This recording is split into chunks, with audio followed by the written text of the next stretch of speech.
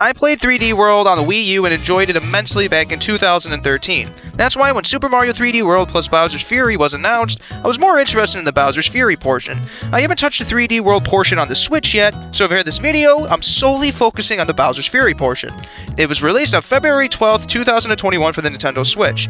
I played through them and posted them in hour-long chunks on this channel. 3D World was critically acclaimed by critics upon its release, but the fans are more critical about the game. The main reason is because this didn't feel like a 3D Mario game. It seemed more linear, and more comparisons could arguably be drawn to the new Super Mario Bros. Franchise. Bowser's Fury changes that and makes it feel like Super Mario Odyssey Light, which I'm more than here for. The gameplay consists of Mario and Bowser Jr. going around to islands and collecting cat shines to light up the lighthouses. Each main island contains 5 and have similar shine requirements.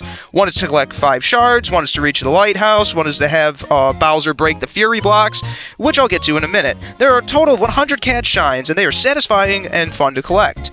They are similar to Odyssey's moons because they are pretty quick to grab. Since the game takes place on an island, there is a lot of water throughout the game. Nintendo put in Plessy, and it's a great way to travel. You will also unlock fast traveling when the main game is completed. Every 5 minutes or so, Bowser will start up a storm. When this happens, Bowser will breathe fire at Mario and wreak havoc. You will notice gray blocks with Bowser's face on them. These blocks can only be destroyed by Bowser's fire during his rampage, and they will usually contain a cat shine. Mario can collect a cat shine to make Bowser leave temporarily.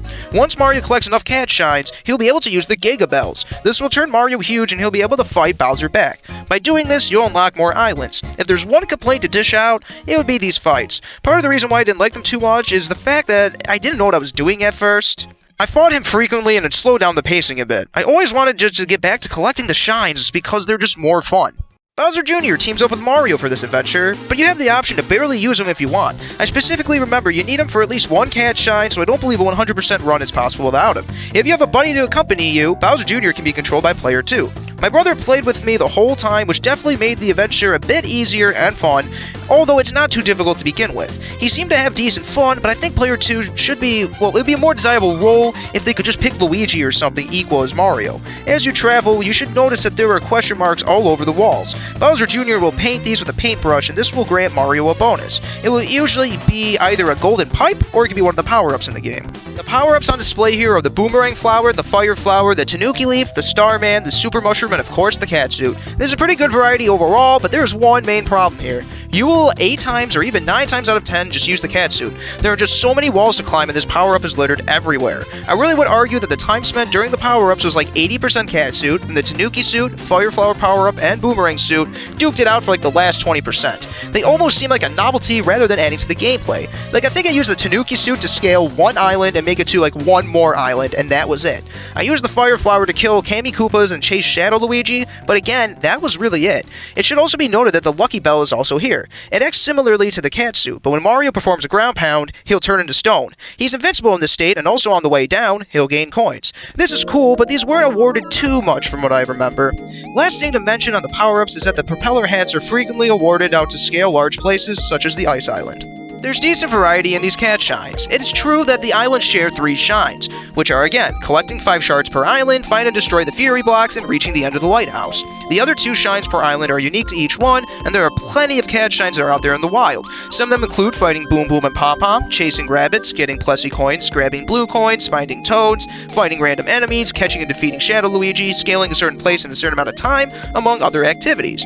No cat shines really take too long to grab or drags on, so the game is like constantly fun, and I'm always looking forward to the next cat shine. I guess there were a couple of cat shards that stumped me and my brother for a bit, but in due time we did find them. A golden island will eventually show up and is the home of 5 shines. This island only shows up when Bowser is in his Fury mode. These are among the last 5 shines that my brother and I grabbed. If you can grab all 100 cat shines, you'll be traded to a more intense final Bowser fight, a secret new ending, as well as new costumes for Mario and Bowser Jr. The rewards are all kind of lame in my opinion, but it's about the fun of the game and the great time spent getting all these awards that makes them worth it.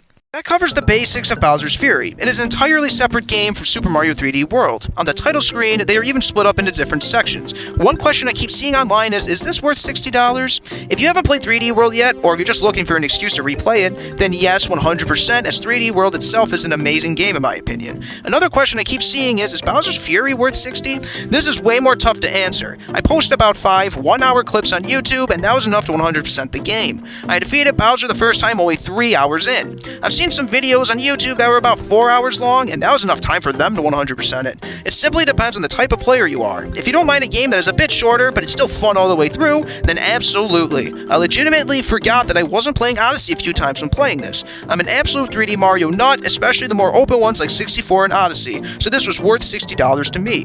It also had that Pikmin element where I wanted to replay it already because I made many mistakes that added to my time, and it's short enough where I could just knock it out in a day or two, and it's not a hassle. I enjoyed my time with Bowser's Fury immensely, and if I had to rate it, I'd give it a 6. However, I would also argue that it's a bit on the short side, and I think even adding just a couple more islands would have made a huge difference.